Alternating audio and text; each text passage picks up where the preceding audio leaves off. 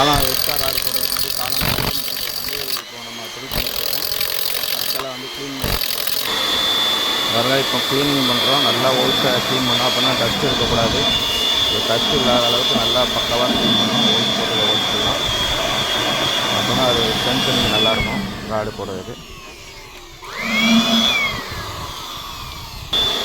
Next holes பண்ணுறாங்க. இந்த ஹோல்ஸும் பக்காவாக க்ளீன் பண்ணணும். பாருங்கள் டஸ்ட் எப்படி போடணும்.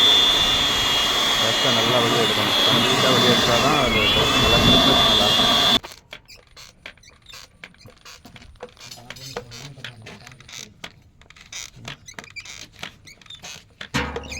கெமிக்கல் அடிக்கிறாங்க. கெமிக்கல் அடிச்சுட்டு ராட் கோசம்